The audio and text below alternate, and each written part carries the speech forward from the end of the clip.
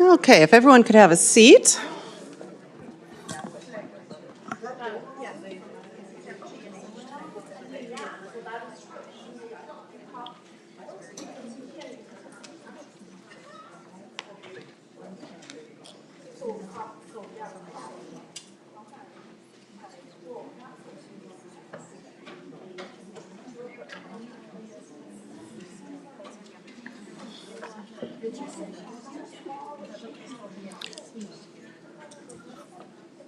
Just waiting for the okay on the live stream back here.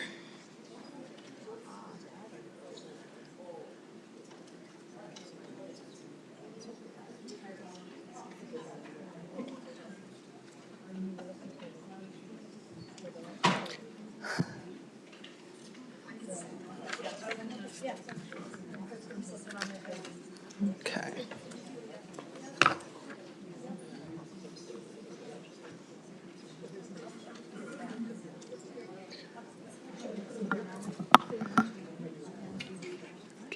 Can you knock on the door?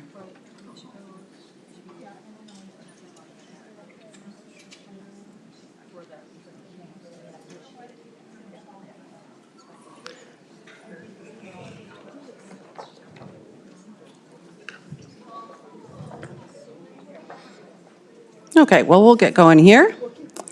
Welcome to the second of two ballot issue forums sponsored by the Sioux Falls League of Women Voters and Osher Lifelong Learning Institute, or OLLI. I'm Amy Scott Stoltz, representing the League of Women Voters. The League of Women Voters, a nonpartisan political organization, encourages informed and active participation in government.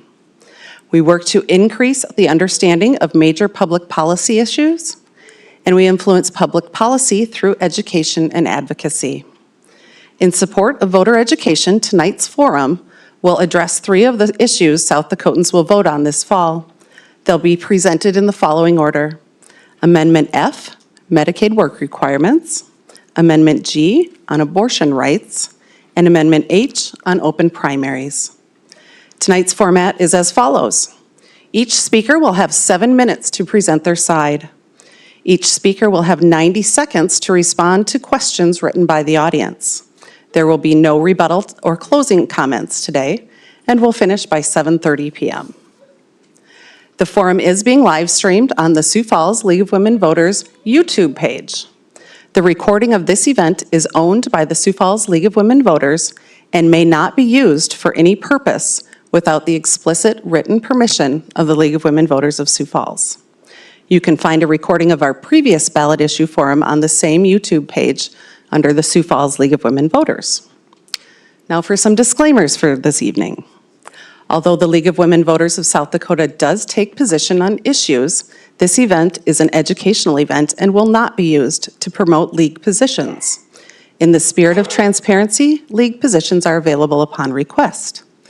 OLLI is sponsored by USD, and as such is under the Board of Regents. The views expressed in this presentation are those of the speaker and do not reflect the official policy or position of the University of South Dakota or the South Dakota Board of Regents. We look forward to your questions for the speakers. Note cards are available and we have volunteers who will collect them for you. We ask you to have questions written legibly. If you're watching the live presentation on YouTube, you can email questions to siouxfallslwv@gmail.com. Please understand that we may combine questions on a similar topic, and if your question does not get asked today, please feel free to stay after the event to visit with the speakers individually. Each speaker has been given the opportunity to have additional information available at a table outside in the hall, and the presenters may be available there after speaking. Now for our speakers. We have timers located, raise your hands, there we go, located in the front of the room. And they will hold up signs to let you know when you have 2 minutes left, 30 seconds left, and when your time is up. And thank you for following the time limits, and if you should go over the time, I will let you know.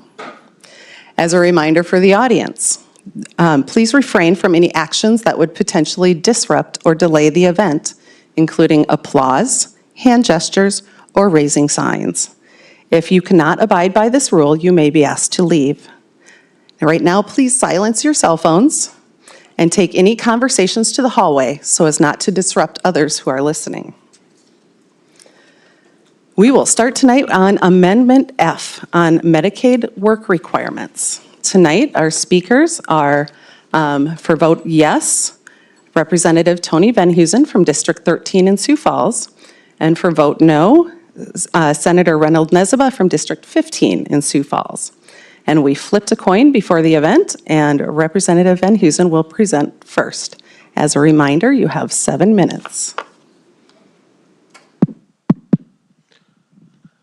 Well, thank you, and it's good to be here tonight. As Amy said, I'm Representative Tony Venhusen from District 13, which is in the southeast part of Sioux Falls.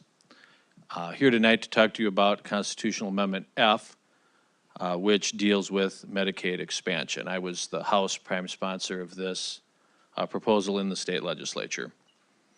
Just a little background, I'm sure most of you know Medicaid expansion was passed by the voters in 2022. Since that time, it took effect July 1, 2023. The state has done a fairly conscientious job of implementing it. As a member of the Appropriations Committee, I've been pretty involved in monitoring that progress and overseeing it. We have more than 25,000 people who signed up for Medicaid expansion so far in South Dakota. It has a budget impact, will have a budget impact of probably between $50 and $60 million in state funds ongoing once it's fully ramped up. It'll take a couple of years for enrollment to reach its plateau. The measure that was passed 2 years ago required the state to expand Medicaid, and it also said that no requirements could be put on the expansion population that were not also placed on the traditional Medicaid population. Of course, the traditional Medicaid program has been in place in South Dakota for 50 years, going back to the early 1970s. That is a provision that perhaps sounds like it makes sense on first blush, but if you delve a little more into it, it's a little more complicated. The traditional Medicaid population is children, elderly people for nursing home coverage, the disabled, pregnant women. That's who is covered for the most part by traditional Medicaid. You'd never put a work requirement on children, the elderly, the disabled, pregnant women. It wouldn't make any sense. Medicaid expansion is by definition not those people. Who's on Medicaid expansion? Working age, able-bodied adults, 18 to 65, not disabled. By definition, capable of working. But our Constitution says we can't even consider a work requirement for these people. South Dakota already has a work requirement for most other social programs. SNAP, or food stamps, has a work requirement. TANF, Temporary Assistance for Needy Families, has a work requirement. The Department of Social Services administers these work requirements. It's the same department that administers Medicaid expansion. They know how to do it. Currently, under the Biden administration, the federal government is not allowing work requirements. You need to apply for a waiver, and it needs to be approved by the feds. During the Trump administration, 13 states that had expanded Medicaid applied for waivers. Only one of them got to the point where they were able to implement it. That was Arkansas. They were just getting it going when it was struck down by a federal judge, not because of the merits of the program. In fact, the judge specifically said he wasn't ruling on whether work requirements were allowed, but because of some of the process they had used in terms of public notice and implementing it. Then the COVID pandemic happened. The federal government waived every rule having to do with Medicaid for about a year and a half. By then, President Biden had taken office and the whole thing kind of fell apart. So there's never really been a state work requirement in Medicaid expansion that had the opportunity to be implemented to see how it would work. If we have a federal administration again in the future, whether that's next year or another 4 years or another 8 years, it wouldn't have to be a Republican, by the way. I mean, the first president to implement work requirements was Bill Clinton, who was a Democrat, of course. If we have a federal administration, again, that allows states to consider work requirements in Medicaid, I don't think it makes sense that South Dakota should be precluded from even considering it when the 49 other states can. It doesn't make sense to me. We should be able to have the same option that the other states have, and at the time that it's allowed by the feds, be able to have the debate about if it makes sense, how will it work, how would we set it up. You know, I believe a lot of people in South Dakota believe, and I believe, that social programs should not be a way of life. They should not be a long-term answer. They should be a hand up for people who are facing tough times to help them get back on their feet and get to something better. I think there are some people who believe, and it's an honest difference of opinion, that Medicaid expansion should be a long-term solution, that we should want more government-provided health care, and perhaps they'd like to, I would imagine, expand it even farther. I don't think that's what we should do, and I don't think that's what South Dakotans believe for the most part either. I'm sure you're going to hear from Senator Nessebar, and I enjoy talking about this topic. A lot of times when I do one of these forums or have these debates, people want to get into the weeds about how's this going to work. Well, what about the pregnant mother? What about the cancer patient? What about the person caring for an elderly relative? Here's what I would tell you. What we're doing in this amendment is removing language from the state constitution, or clarifying language in the state constitution, to say that it's not prohibited. We're not spelling out chapter and verse how a work requirement would work. That would be something that would have to be decided in the future by a future governor, a future legislature, and by the federal government, who would have to approve it. What I can tell you is how every other work requirement in South Dakota works, which is there are exceptions if you're not able to work because of your health, if you're going to school, if you're caring for young children or for an elderly relative, if you live in a part of the state where you can't find a job. All of our other social programs that have work requirements have these reasonable exceptions. There's no reason to think that we wouldn't have them as well in this. And in fact, I think it is very fair to assume that the federal government would require it. Finally, I want to address one last point, which is if you're concerned about the will of the voters. And that's important to me too. The voters approved Medicaid expansion. This is going back to the voters. We're not doing this over their heads. We're not pulling the rug out from under anybody. It's a more specific question. When you voted 2 years ago, you had to vote yes or no, expansion or not. You didn't get to vote on, I want expansion, but I want a work requirement. It wasn't an option.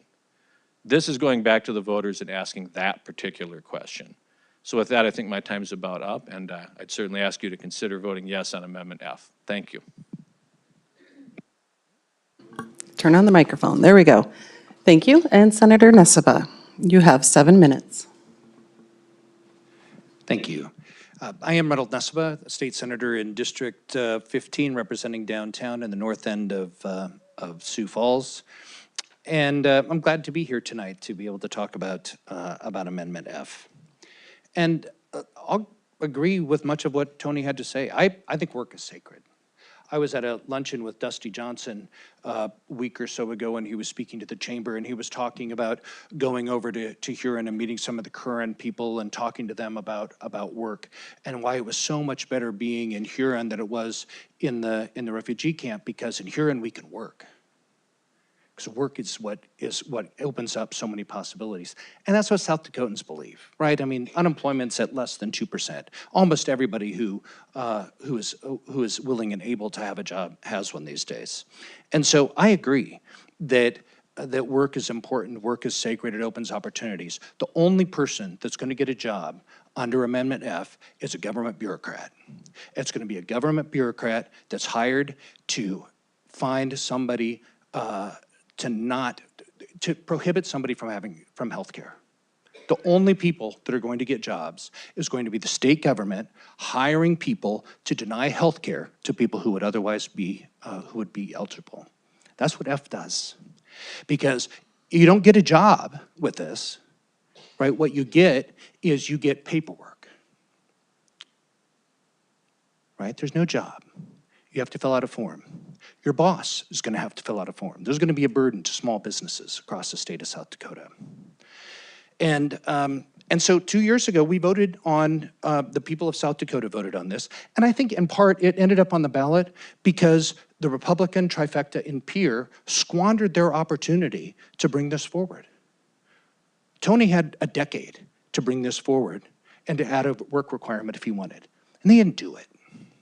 And so finally, the people of South Dakota said, you know what, we're missing out on billions of dollars. And that we are paying right? We're finding in South Dakota where some of the healthcare systems were turning unpaid bills over to the county, and you all were paying for it with your property taxes. And so we found a better way.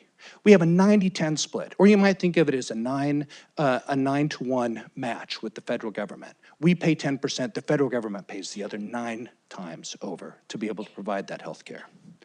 So there's 2 main problems with Amendment F. One is that it's just written in such a way, it's poorly written, it's broad, it's vague. Even Tony says that we're not spelling out now how it's gonna work. You have to vote for it first to see what's in it. And then you have to trust him and a bunch of other federal bureaucrats to decide whether you're worthy. You staying at home and you're taking care of your husband who has Alzheimer's disease. I don't know if Tony's gonna find you worthy or not. You might have to get a part-time job. You're home with a disabled child, taking care of them. I don't know if Tony's gonna find you worthy or not.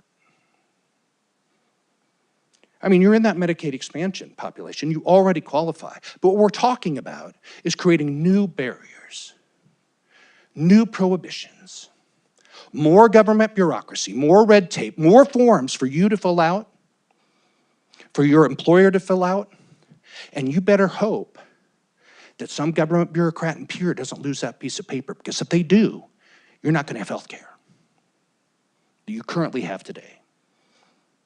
Medicaid expansion says you qualify.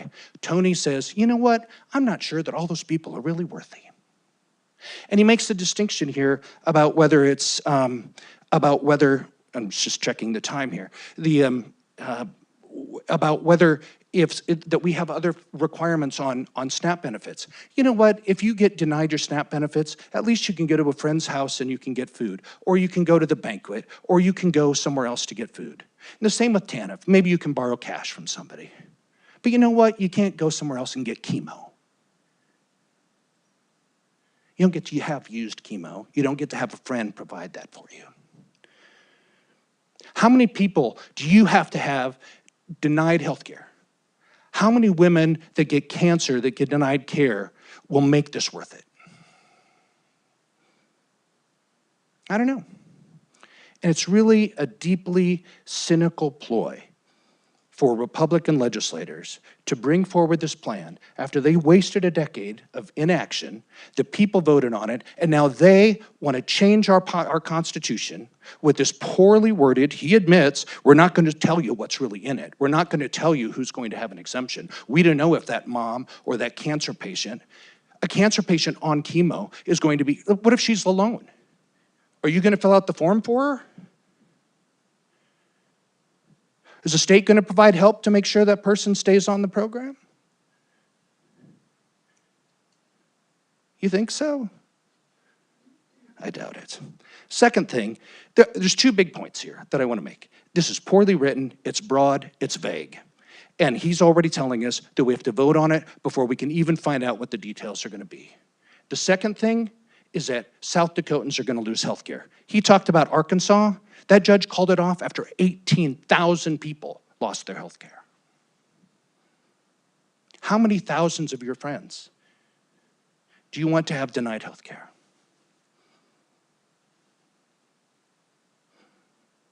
Love your neighbor as yourself. Vote no on F. Thank you. All right, we have some questions from the audience here. You guys have touched on a few of these. But if you want to go into more detail, you can. You'll have 90 seconds again to respond. And we will start with Representative Venhusen. This one asks, with no exceptions currently listed, what are the chances stay-at-home moms would be allowed? Thank you, and I think I did address that, so I'll just briefly restate that. Constitutions really should be about the structure of government and the rights of the people. When you get beyond that, when you start writing policy into a constitution, now every time the policy needs to change, you have to amend the Constitution again. It's getting too specific.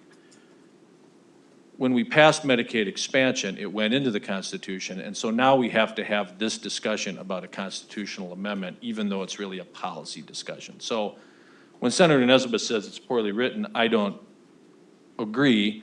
I think it's written like the Medicaid expansion amendment 2 years ago was written, broadly, to allow for the decisions to be made by the people through their elected representatives or at the ballot box in an initiated measure. As to the exemptions, the two best indicators are how has South Dakota handled every other social program that has exemptions, and what have the feds approved? And in both of those cases, it's things like stay-at-home parents, caregivers of sick elderly relatives, students going to school, people who can't find a job. What I would consider to be the obvious and reasonable exemptions have been granted for food stamps, for TANF, for unemployment benefits, and I think it would be applied here as well. I don't think it makes sense to write the entire state code into the Constitution, but I do think it makes sense to look at the experience of how we've administered these programs to see how we would administer them in the future. Thank you, Senator Nesbitt. Yeah, thank you. I want to agree and echo two things that Representative Van Huysen just said. One, we shouldn't write policy into the Constitution, which is exactly what F is. So vote no. Don't write policy into the Constitution. Vote no. Second thing, he said, we don't know what the exceptions will be. He keeps trying to get around that, but he just keeps admitting, we don't know. It might be what they do in SNAP, it might be what they do with TANF, but we haven't written it yet. And the fact that we're bringing this forward, that we think there's some people getting access to health care that shouldn't be getting it, and we want to kick some of them off. I don't know why else you would bring this forward, right? That's the whole point. What we've seen in Arkansas and what you saw in Georgia, disproportionately, those people were brown-skinned and black-skinned and women. So, I would. there's no rebuttals. Nope. And I still have 30 seconds left. So there's 2 points. I want to agree with Tony. We shouldn't write policy into the Constitution, so vote no on F. And we don't know what the exceptions will be. We know kind of sort of what they are in some other things, and maybe they'll kind of sort of be like that in the future. Just trust the Republican trifecta. They know best for you. They'll decide for you, and they'll tell you what it will be. So, thanks. Okay. There's no rebuttal. We will move on to the next question. And we will start this one with Senator Nesbitt. How or why do you think this will save money? Senator Nesbitt. This will not save money. This will not. What you saw, there's a great example from Georgia. This is from KFF News, published September 13th, about what's going on in Georgia right now, about the Georgia Pathways program. They've got 4,500 people enrolled. Their goal was 25,000. Had they just expanded Medicaid, they could have offered care to 359,000. But instead, they've spent millions of dollars, 80% of it on administration. F is about government red tape, more forms, more full-time equivalents whose sole job is to deny care to people who are unworthy. And then we ask, who's unworthy? And Tony says, I don't know. We know what they are in other cases, but we're not quite sure what they'll be in this case. But if you vote on it, we'll tell you. We'll tell you later. Right? So it's not going to save the state money. We will spend more money hiring more FTEs and more government bureaucrats limiting healthcare in South Dakota. Thank you. Representative Van Huysen. I think I've given a fairly concrete answer of what the exemptions would be several times. The state already administers work requirements and already has the people in place to administer a work requirement. And I do not think it would be a significant administrative burden to add this when they're already doing it. I do want to address one other point that, well, two other points. First of all, he mentioned the Georgia study. We were talking beforehand, we agree that what Georgia's doing doesn't make any sense to either of us, in that they declined to expand Medicaid, but then increased their eligibility, but at the 50-50 rate instead of the 90-10 rate. It's nonsensical. And then they've had almost nobody sign up, which is why their administrative cost is so high, because their utilization is so low. It's exactly what we would never want to do in South Dakota. It's crazy. I do want to address one other point when he talks about the idea that there would be a racial disparity. In South Dakota, we have an exemption in the other work requirements for areas of the state where it's hard to find a job. Sadly, that's mostly our reservation areas, and if you look at the counties where those exceptions are in effect, it's exactly that. It's Todd County, Oglala, Lakota, Corson, Ziebach, Dewey, it's the reservation counties. What that means is the people most likely to receive an exemption would be the members of our tribal communities living in those high unemployment areas. Okay, the next question, we'll start with Representative Van Huzen. And I keep pronouncing your name wrong, I apologize. Never happened. A bunch of questions on how would the Medicaid work requirement work? Would a former employer have to sign off on a person's health insurance? How would it work with somebody, for example, being treated for leukemia when chemo makes them immunocompromised and ill? How would a Medicaid work requirement help them? We'll start with that. Yeah, just how would the exemption work in some of these various scenarios? And I haven't produced all the forms or anything, so I think there's only so much detail that you can get into really at this point, because again, this is removing a prohibition from the state constitution. It's not implementing a work requirement. That would be many steps down the road from here. On Medicaid expansion now, you already have to demonstrate your income, because that's the whole point. It's an income eligibility line. It doesn't take a lot more to demonstrate that you're employed when you're demonstrating your income. Where's your income coming from? In almost every case, your employer. You get to the more specific exemptions, and it would require some showing that, from a doctor, if you have an illness, or yes, here are my young kids, or here's showing that I'm going to school. It would not be monthly. We don't do that monthly for people on current Medicaid. It might be once a year, twice a year. These are things that we already administer in other programs in a way that is not particularly burdensome. And I have every confidence it could be done for this program as well. Thank you, Senator Nesbitt. Again, he doesn't answer the question. He says it'd probably be once or twice a year. Is it in statute? No. Do we know? No, we don't know. Is there going to be an exemption for somebody on leukemia? We don't know. How long can you be unemployed? If you lose your job through no fault of your own, when you're on the unemployment insurance, you have to be filling out forms every week to stay on unemployment insurance, and that's why that system is fundamentally broken in South Dakota, right? The vast majority of people who are unemployed never get any unemployment benefit, and it's because of the red tape and the government bureaucracy that's set up to prevent them from being able to get that assistance, and that's what this does as well. So there's nothing in this that's going to increase access to care for anyone. And again, we shouldn't write policy into our Constitution, which is what F does. Vote no on F. All right, well, thank you to Representative Van Huizen and Senator Nesbitt for joining us and educating our voters on Amendment F. We'll take a short break now, and we will change our panel, and we will start at 6:35 on Amendment G.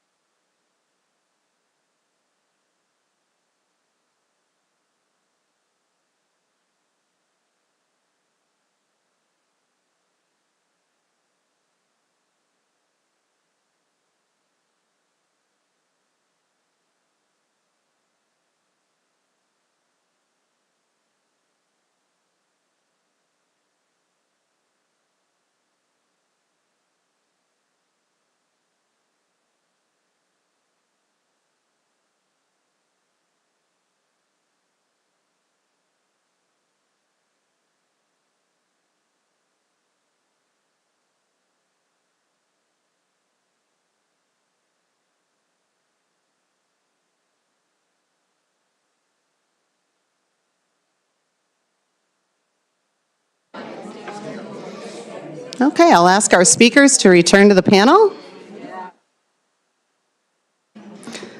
I believe they're cooling off in the hallway, so.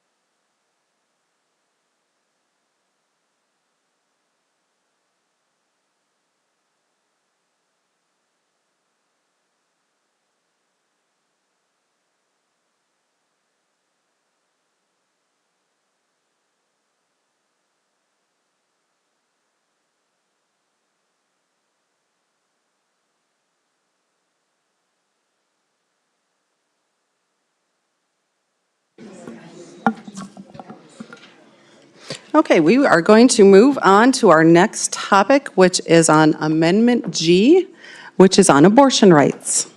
Tonight, our speakers will be for Vote Yes, Nancy Turbach-Berry from the Coalition for Freedom, and Dr. Amy Kelly, OBGYN and co-chair of Doctors for Freedom. And on the Vote No side, we have Representative Bethany Soy from District 9 in Sioux Falls, and Dr. Patty Giebink, a former abortion doctor. Per the flipping of the coin earlier, we have the Vote Yes team presenting first. As a reminder, you have 7 minutes. My family will be surprised to know there will be a date they can mark on the calendar when Mom only talked 7 minutes. Thank you, League, and thank you, Ollie, and thank you especially all of you that came and that care about these important issues for our state. My name is Nancy Turbach-Berry. I'm an attorney. I've practiced in Watertown for about 43 years. I'm a former state senator, and I'm also a former judicial magistrate. I volunteer for the Coalition for Freedom, the group of citizens and other groups that are pushing to get Amendment G, Freedom Amendment, installed and passed this election year. What is Amendment G? It's a voter-initiated ballot measure that will add certain rights, abortion rights, to our state constitution. It would remove the near-total ban that is our current law. That ban was passed many years ago by the legislature, but it just came into effect 2 years ago when the U.S. Supreme Court reversed Roe v. Wade in 2022. Amendment G will not change by even 1 day the time period during a pregnancy when an abortion could be legal. But it will significantly expand the circumstances under which an abortion could be legal. Why is it on the ballot? Because about 55,000 South Dakota voters signed petitions saying they wanted South Dakotans to be able to vote to get rid of this ban. And it's not really surprising that almost twice as many signatures as were needed showed up on those petitions. South Dakotans twice before have voted down abortion bans. In 2006, there was a legislative action referred to the public. It was a ban with only an exception for the life of the mother, and voters rejected that handily. 2 years later, the Right to Life folks proposed a slightly less onerous ban that had an exception for life of the mother and for rape and incest, and voters, again, by a big majority, voted it down. South Dakotans have voted against bans repeatedly, but the legislature doesn't listen, and that's why it's being proposed as an amendment to the Constitution. Why do voters support it? First, because victims of rape and incest in this state should have the freedom to decide their own medical care if they have the grave misfortune of being impregnated by a rapist. Over 75% of voters in South Dakota want abortions to be legal for victims of rape and incest, and we have one of the worst rates of rape in the nation. Some years it's almost twice the national average. In March of this year, 2024, the AMA published the results of a scientific study that estimated that in the first 18 months after Roe v. Wade was overturned, our state had about 1,300 rape-related pregnancies. There is no exception under our current law that allows an abortion for a woman or girl impregnated by rape or incest.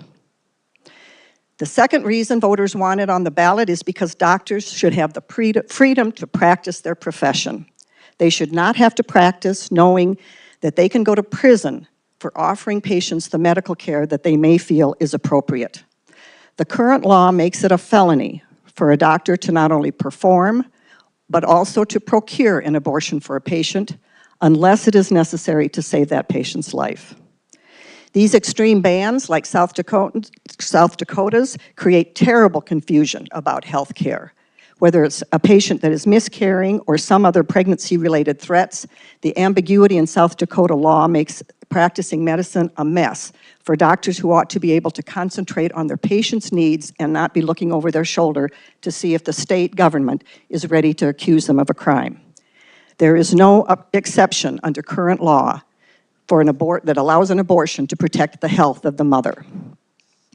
Finally, women and couples that are facing difficulty pregnancy situations should have the freedom to decide what's best for them and their family. Whether it's they're facing the grief of a fatal fetal abnormality, the terror of a condition that's threatening their future ability to have children, or a dangerous condition threatening the mother's health. The choice should be theirs. There is no exception under current law that allows an abortion under any of those situations unless and until an abortion is needed to try to prevent the mother from dying. What happens if this passes? We'll return to the situation South Dakota was in for 50 years before Roe versus Wade was reversed. All abortions will be at the hands of licensed doctors. Abortion is medical care, and it's a felony in South Dakota for anyone to practice medicine without a license. If a patient is a minor, either her parent will have to consent, just like parents have to consent for birth control and every other medical care, or in exceptional cases, a court would be allowed to step in and make the decision in appropriate situations. For example, a pregnancy at the hands of an incestuous father. About 95% of the abortions would be in the first trimester, and likely a majority, or nearly so, would be medication abortions.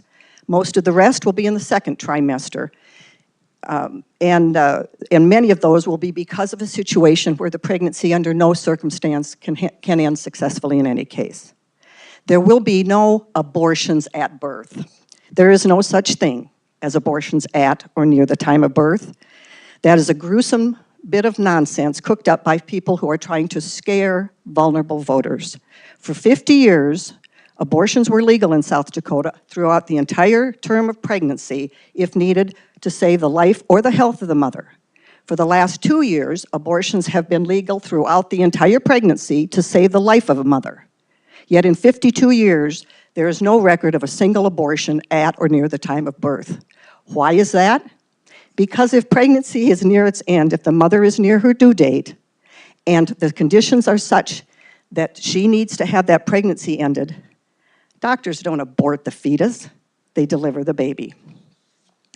And that is why we have a huge coalition. We have Doctors for Freedom, Lawyers for Freedom, and just yesterday, 35 clergy people as Faith Leaders for Freedom joined us. I hope you will join us too and vote for Amendment G.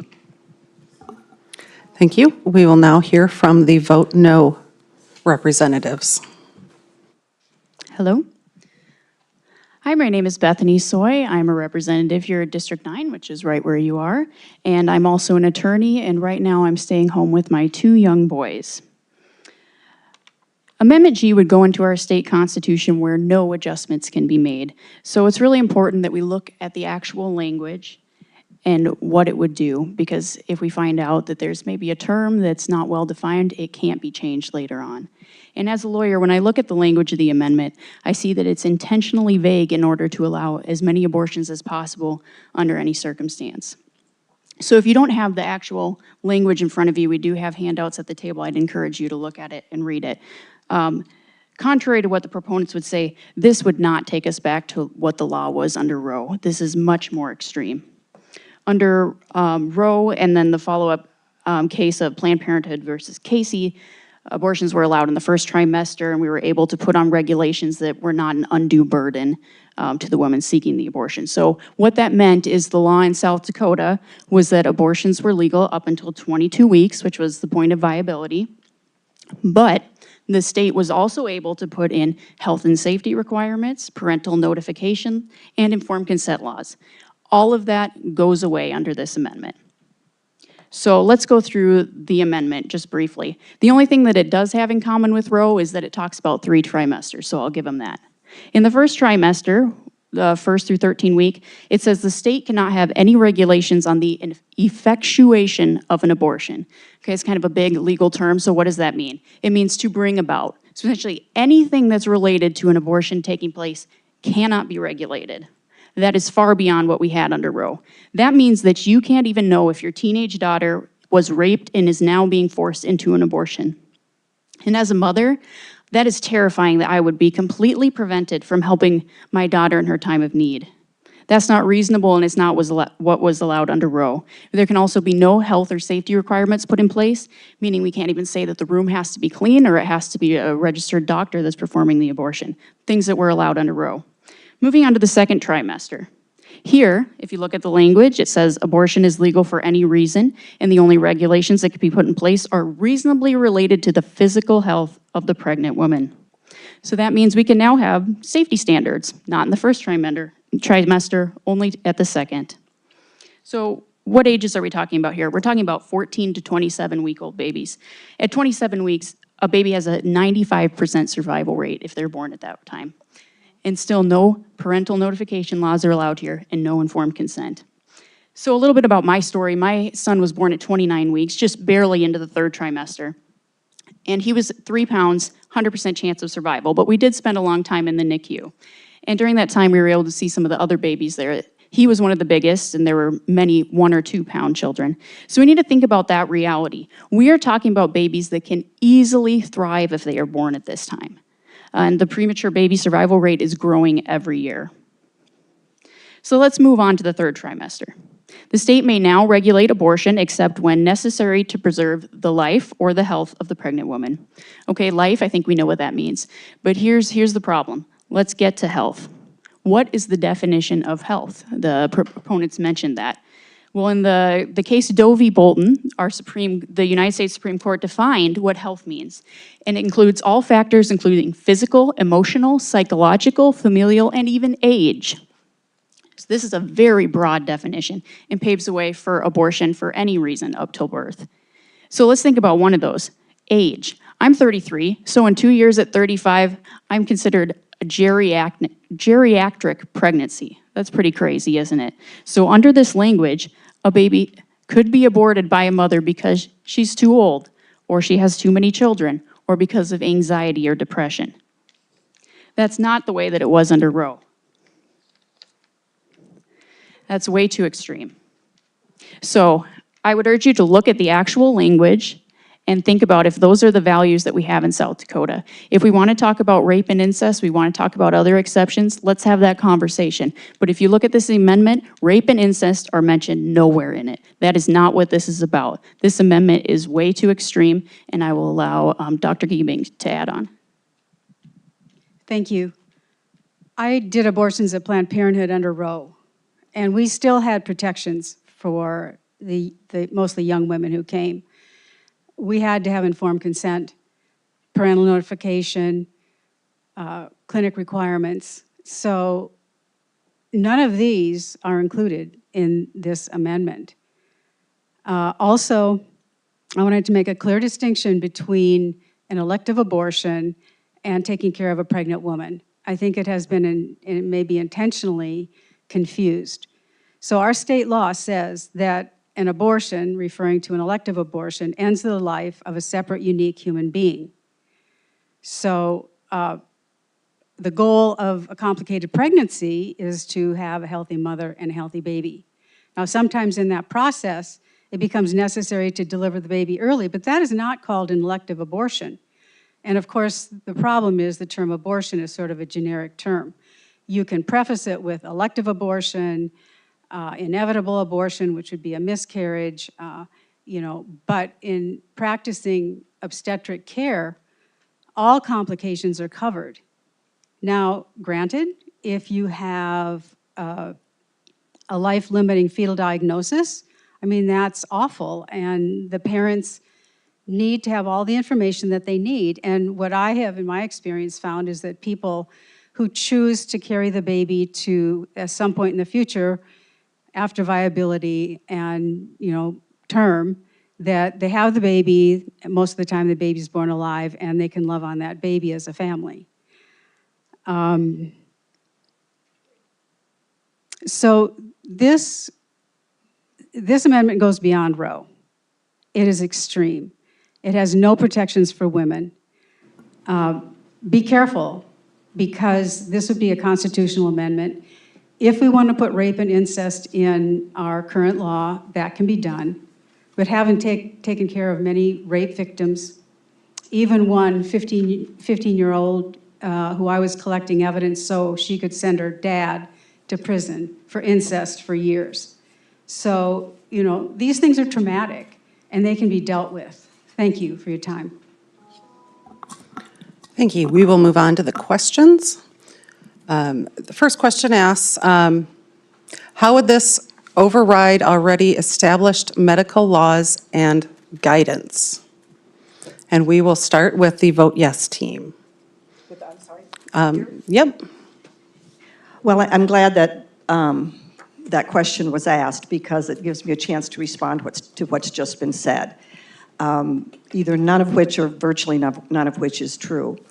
When I volunteered to circulate the petitions already, which started a couple years ago, I had already heard rumblings that, this wasn't really Roe versus Wade. And honestly, it had been a couple decades since I'd read the case, so I went and dug it out and I made copies, and I've got one right here with me tonight.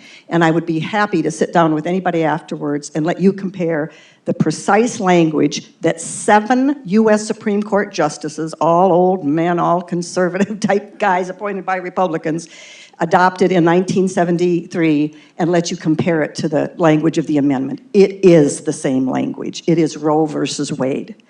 This is, these invented excuses, there won't be any health and safety requirements, you can do it, you don't have to be a doctor. That ignores all of the rest of the South Dakota laws, which are not, they don't get undone. It will still be a felony to practice medicine without a crime to practice medicine without a license. Clinic and hospital regulations are still in place. Parental rights are still in place. If people want to oppose abortion because they simply feel there should be no abortions, they're entitled to make that pitch, but they're not entitled to make up boogeymen, and that's what those arguments are. Thank you. And the vote no. Thank you. I'm going to respectfully disagree with your interpretation of Roe. Roe clearly stated that a state has a compelling interest in prohibiting abortion after the first trimester, which, if you look at the language in the amendment, as I've gone through, it goes far beyond that. It's far beyond the first trimester, and it does removes everything we have on the books right now, everything, because this is a constitutional amendment, and all of our current regulations are statute, so this supersedes them. So this means that all health and safety, all parental informed laws, all implied consent, everything is gone. We start totally over and they're all removed. It's way too extreme. Okay, our next question, we will start with the Vote No group this time. It asks, can you please explain the legal limitations and dangers with having no restrictions? And we'll start with the Vote No. Please explain the legal limitations and dangers with having no restrictions on abortion. Please explain legal limitations and dangers with having no restrictions. I think we should bring that. Okay? Sorry, I mean, maybe whoever wrote it can There we approach go. us later and we can clarify that. Okay.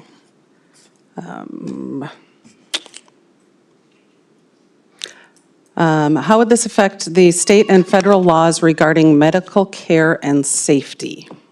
We'll go to that one.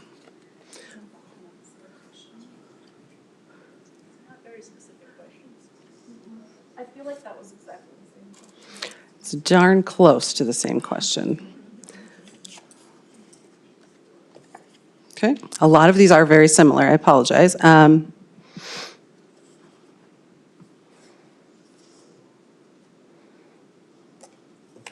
Okay.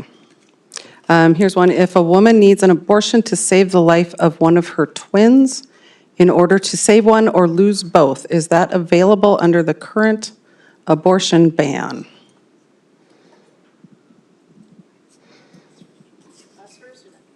The vote no group, thank you. That's interesting. I have taken care of a number of twin pregnancies and some with monoamniotic twins. There are very sophisticated techniques in the case of twin-twin transfusion syndrome where you can separate the placenta, cauterize the different vessels, basically separate the blood supply between the two babies. I don't know if this is done in South Dakota, but it is done very close to South Dakota. So there are procedures that can save both babies. If somebody chooses to abort one of the babies, I don't know, how do you know which one to abort? How do you know which one's going to survive? And it's a choice. So there are life-saving techniques in that case. Just a quick add-on to that, that legally and ethically, if you are attempting to save one of the babies and the result is that the other baby dies, that is not an abortion. It is only an abortion if you effectively choose for one child to die. Okay, and we will move on to the vote yes group. Let me wait, I'm going to make one quick legal thing. Boy, if you were a doctor, I wouldn't rely on that advice. Yeah, I wouldn't either. I don't want a felony conviction. I don't think it would be. So, I don't think it would be legal right now to do what we call selective reduction, which is when, say, you have two fetuses that are sharing the same placenta, and one of them is not getting enough, or the other one's getting too much, which is called twin transfusion. And there are places in the United States that you can go to have laser ablations to try to do that. But you do have to do that very early in pregnancy. Also, sometimes people do fetal reductions for other reasons, like one of their babies has a fatal anomaly and the other one doesn't. So right now, we absolutely could not do that. And the fact, I guess I don't know if you practice in South Dakota since you don't know what's available or not. So, but I definitely do, and it would not pass muster right now. Okay, I'm going to try this question again now that I have my reading glasses on. I think I can read it a little better. The petition AG statement says there can be no legal changes that can be made in the first trimester. So I think a better written policy is needed to avoid forced black market abortions. Please explain the legal limitations and dangers with having no restrictions in the first trimester, is what this question was asking. So if you can talk about the first trimester language. And we will start with the vote yes group. So legal-wise, I'll let Nancy take that, but first trimester abortions, particularly medication abortions, are safer than colonoscopies. And it's not true that there wouldn't be medical laws and regulations that would apply, because they apply to all medical care in the state. Amendment G doesn't force anybody to do anything. It just allows people a choice. It's not legal to force anyone to have an abortion now. It won't be legal to force anyone to have an abortion after Amendment G passes. No one is forced to do anything. As far as black market abortions, if that was the question, that, as I recall, I'm one of the many in here old enough to remember pre-Roe days. That's a much bigger problem when you continue to have bans like this that shove abortion care underground. Then you really do have unregulated, unsafe, unsanitary, and sometimes untrained people performing abortions. Thank you, and we'll move to the vote no group. Thank you. Well, it's pretty easy if you look at the language of the amendment. Please read it. Look at what it says for the first trimester. No regulations on the effectuation of an abortion. Nothing. It's totally the wild, wild west. So yes, it would remove our health and safety standards that we have right now. Everything would be stricken from the books. It is the Wild West right I now. I think it's a misrepresentation to talk about chemical abortions as being safe. Chemical abortions have a lot of risks and complications and no provision for any follow-up care. In fact, the FDA has removed most of the criteria for prescribing pills from medication abortion. And if you've ever talked to somebody who's had one, it's scary, they're at home, there are a lot of complications, and it's going to be a burden to the emergency rooms that have to take care of these complications. Hemorrhage, incomplete passage of tissue. One of the ladies said, well, but I passed this baby, what do I do with it now? I talked to a woman whose husband laced her smoothies with abortion medication because he didn't want to have this baby. There's all kinds of abuses that can happen when it's unregulated. And that's about what it is. It's unregulated. And bad things happen. Whether you're pro-choice or That is your pro-life, time. it doesn't matter. This is not That for is your South time. Dakota. Thank you to Nancy and Amy and Bethany and Patty tonight for their time. We will again take a short 5-minute break, and we will move on to Amendment H.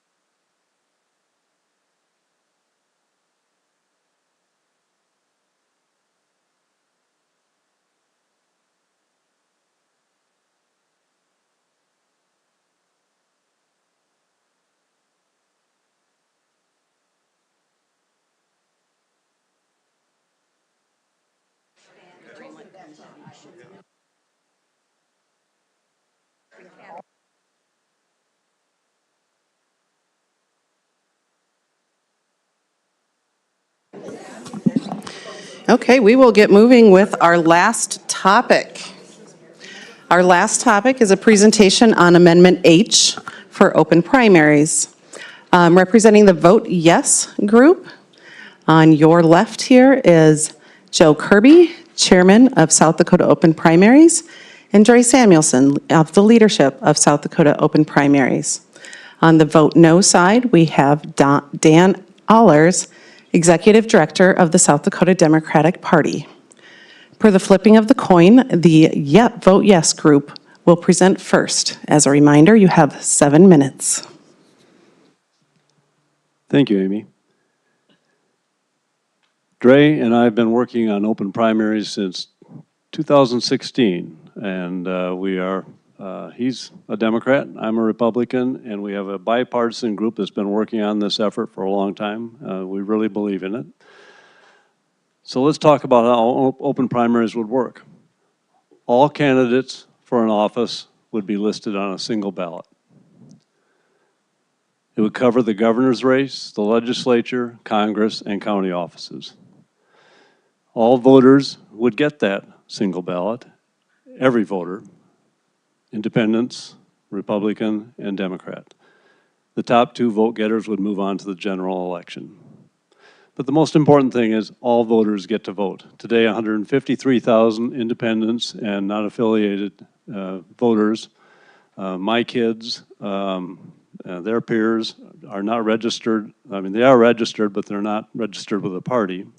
And so they don't have a meaningful role in picking the leaders of our state. So how does the current system work? The current system, the closed primary system, worked pretty well most of my life. We had 2 competitive parties, and each of them would hold a closed primary, nominate somebody to compete with the other party, and we'd have a good competitive election in November. Well, that stopped working. The problem is that the Democrat Party has become, as has happened in many states, one party or the other becomes less relevant. The Democrat Party is less relevant than it was. The Republican Party has become, in our state, dominant. And so that leads to all kinds of problems with a closed primary system. Only the people that vote in the dominant party's closed primary have a meaningful role in picking the leaders for the state. So as the Republican Party took over, maybe 20 years ago, that worked pretty good for me as a Republican, because now I had twice the impact my vote did because the Democrats had disappeared. That's worked out pretty well for us as Republicans until recently. Now the Republican Party is becoming dysfunctional. We saw it at our June 2023 convention in Watertown when the sitting Secretary of State was kicked out, and the Lieutenant General was Lieutenant Governor was almost kicked out as well. And then in the June 2024 primaries, 17% voter turnout, a small number of people turned out to decide who goes into the general election, and a lot of them were not mainstream Republicans, they were more the radicals in the party. So as the Republican Party gets dysfunctional, and it's the one that decides everything in the state, we've got a problem as a state. Who are our opponents? Both political parties. Actually, I should say all 3, because all 3 are against this. Political bosses don't like it. It threatens the status quo. We want to take power from those political bosses and return some of it to the voters. And the whole goal is to have elected officials, a governor, congressional delegation, and legislature that we all are happy with, that all the voters got a chance to vote on who was the best candidate. I don't have much to add to that, but that was very well said, I think. I think it's important to remember, or to be aware of at least, how popular Amendment H is. South Dakota Newswatch contracted with a polling firm, a neutral polling firm, Mason-Dixon Research, and they found that Amendment H is favored 55% to 33%. That's a significant difference. And they also found, I think is particularly relevant to me as a Democrat, is that Amendment H is supported by 82% of the Democrats that were polled. So better than 8 out of 10 Democrats, rank and file Democrats, support this. And I think that's great because, and I think they should. And I don't think that's just because they're Democrats. I think that that's just because they're South Dakota citizens. And I think this is going to be very good for everyone. If everybody has a chance to vote in the primaries, so then everyone will be responsible for whoever gets nominated, not just party regulars, the tiny minority that do vote in the primaries. So that's my hope, and we'll see what happens. Thank you. We'll move on to vote no, and Dan. Well, thanks for being here tonight, guys. I really appreciate the good crowd and this civic engagement that we don't always get or see a lot of. I wish there was more of this and more opportunities. I wanted to be upfront about the fact that when I came out against Amendment H, I did so as a private citizen. I did as a former candidate, a former legislator, and a person with a background in political science. It was later that the South Dakota Democratic Party's E-Board elected to come out against this. So I know the party bosses gets used a lot. I wish I had as much power as people thought I had. I could get more done, but that's not the case. In fact, the reason we have political primaries is for the political parties to choose their candidates to run in the general election. So when somebody registers as a non-party affiliate or an independent, they're removing themselves from that process. But they can be part of that process. It is as easy as if you feel so compelled as an independent to re-register, whichever election you would like to participate in. The Democratic Party allows you to vote as an independent in their primaries. And some people will say, well, there are not many Democratic primaries. There's not many Republican primaries either. There were 70 Republican elections or potential elections in this last primary, and there was like 18. That's not a high percentage. So the idea that people are being left out just isn't true. It's by choice. And I think that I'm not completely opposed to an open primary process, but open primaries by definition don't have any party affiliation, and this does. And one of my first concerns, of the two big concerns in this, starts with the fact that if you look at the Attorney General's explanation, you can be registered with one party and say that you belong to another. Now, I've heard, well, the media will ferret that out. The media will get the information out. Well, 11% of Americans read newspapers.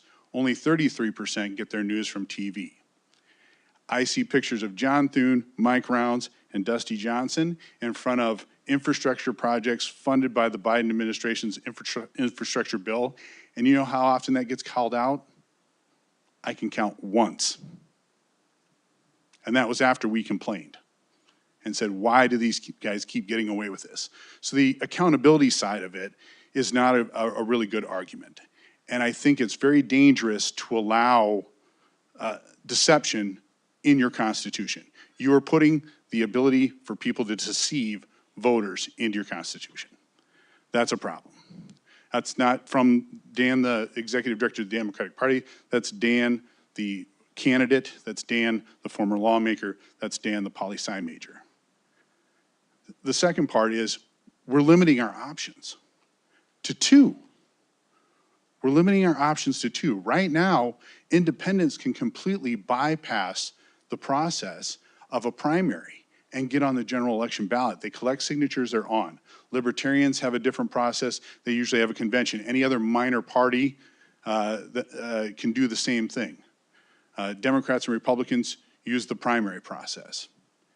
In 2014, the US Senate race, we had three candidates. We had Mike Rounds, we had Rick Weiland, and we had former US Senator Larry Pressler.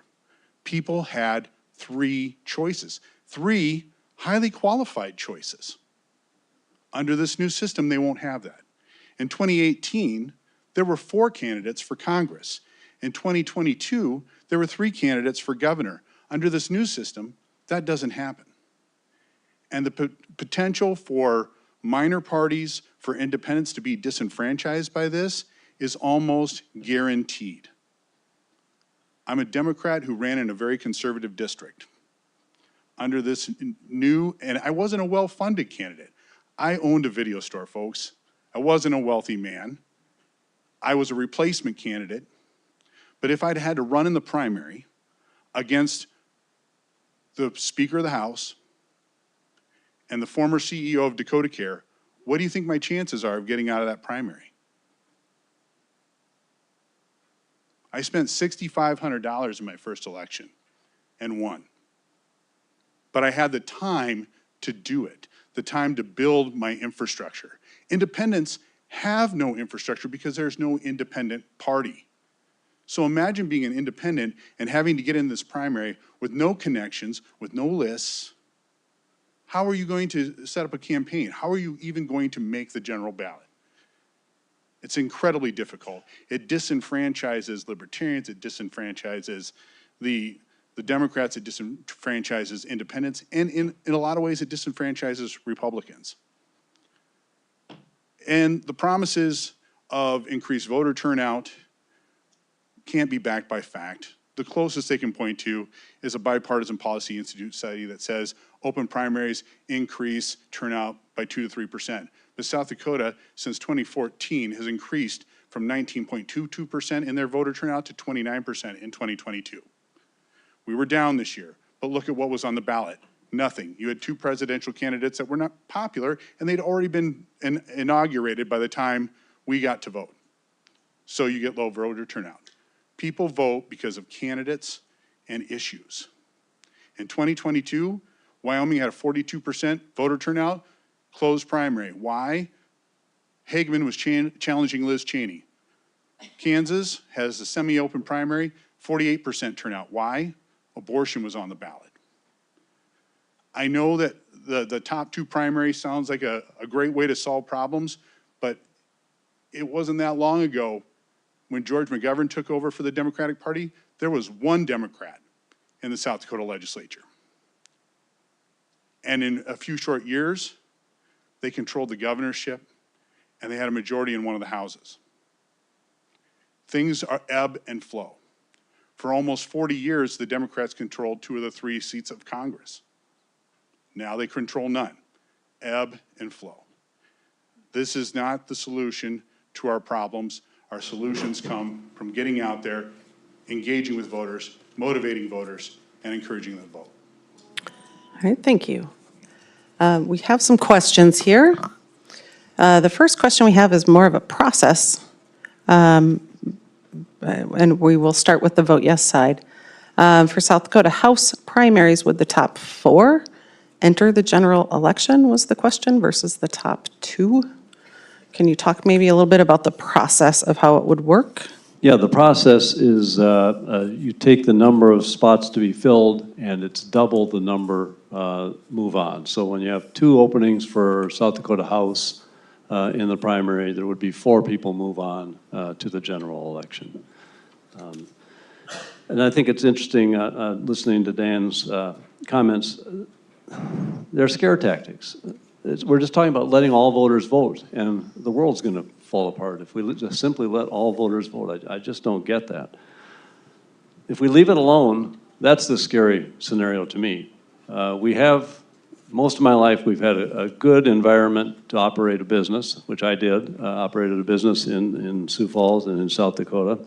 And we had a stable political environment.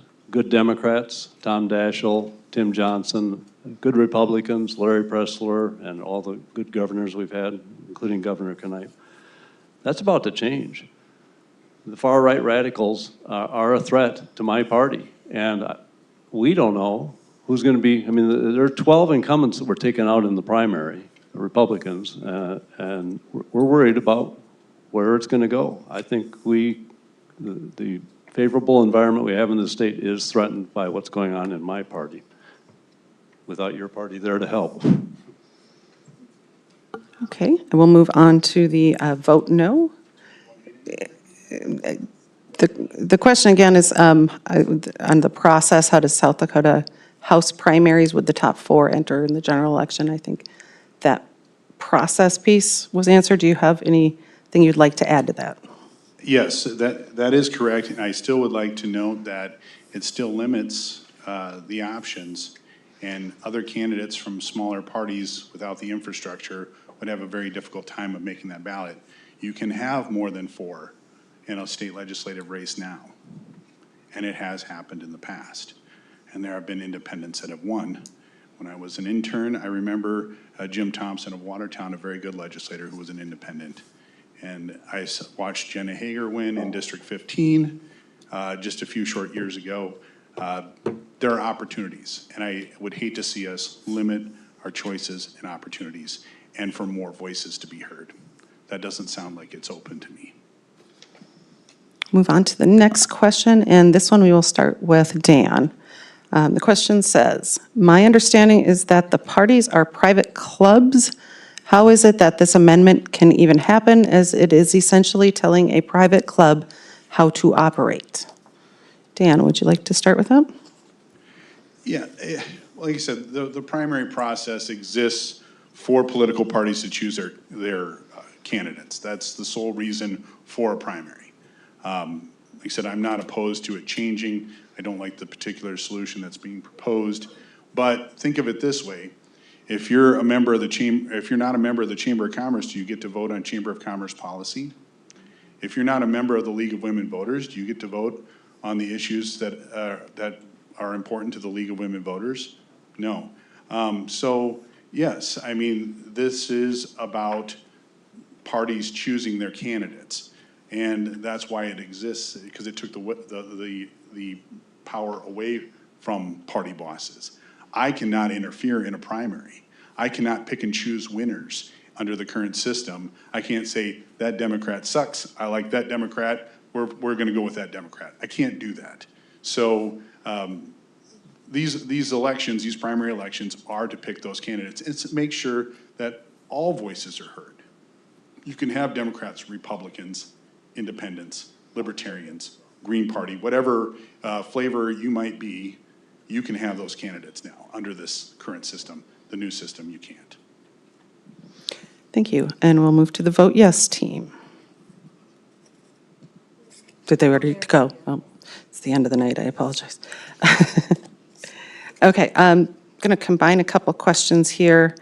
This one asks, how well has this worked in California and Alaska? And the other question says, how would this lead to voter turnout when the same system in California has not increased turnout? And we will start with the vote no team. Dan. So the problem with looking at each state and analyzing them is that open primaries, I put in quotation marks because they're not all the same. It's hard to get really good data. If you look at California, which is the same proposed amendment that is, or the same policy that's being proposed here. In 2022, their turnout was 29%. In South Dakota, our turnout was 29%. If you go to Nebraska, which has a form of top 2, but has no party label, their turnout was 30%. So there's no statistical evidence to show that this significantly increases turnout. And for almost a decade, the South Dakota Democratic Party has allowed independents to vote in their primaries, and it doesn't show a significant increase in turnout. We'll move on to the vote yes team. Oh, make me read it again. Okay, how well has this worked in California and Alaska? And how would Amendment H lead to higher voter turnout when the same system in California has not increased turnout?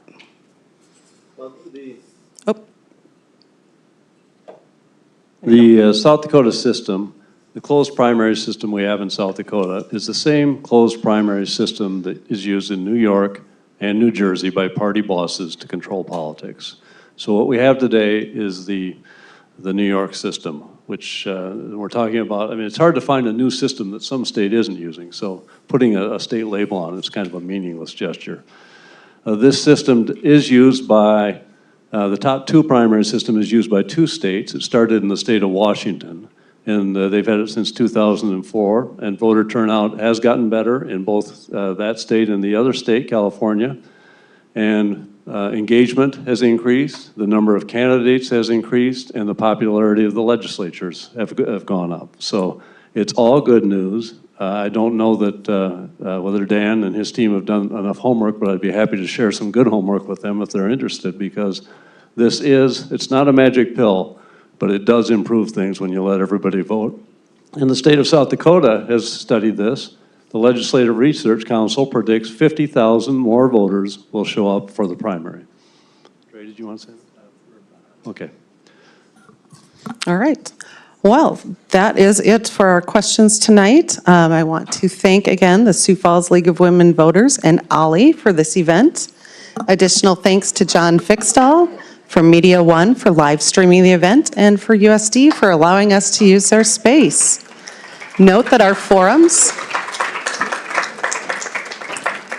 forums will not be addressing Amendment E, which addresses updating gender references in the South Dakota Constitution.